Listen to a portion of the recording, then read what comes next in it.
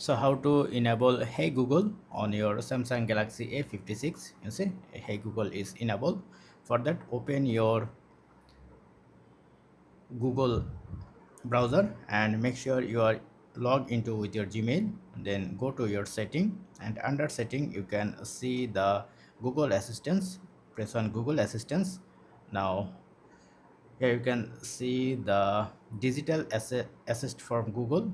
Now select Google Assistance. I already select it, and if you set as Gemini, just select as Google Assistance.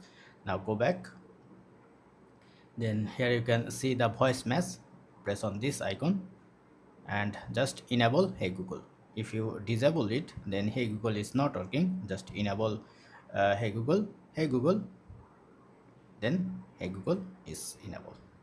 And if you set it as Bixby, then now just select as Bixby, then it will be enabled as a Gemini or Bixby. Hey Google. So that's it. Thank you. Have a good day.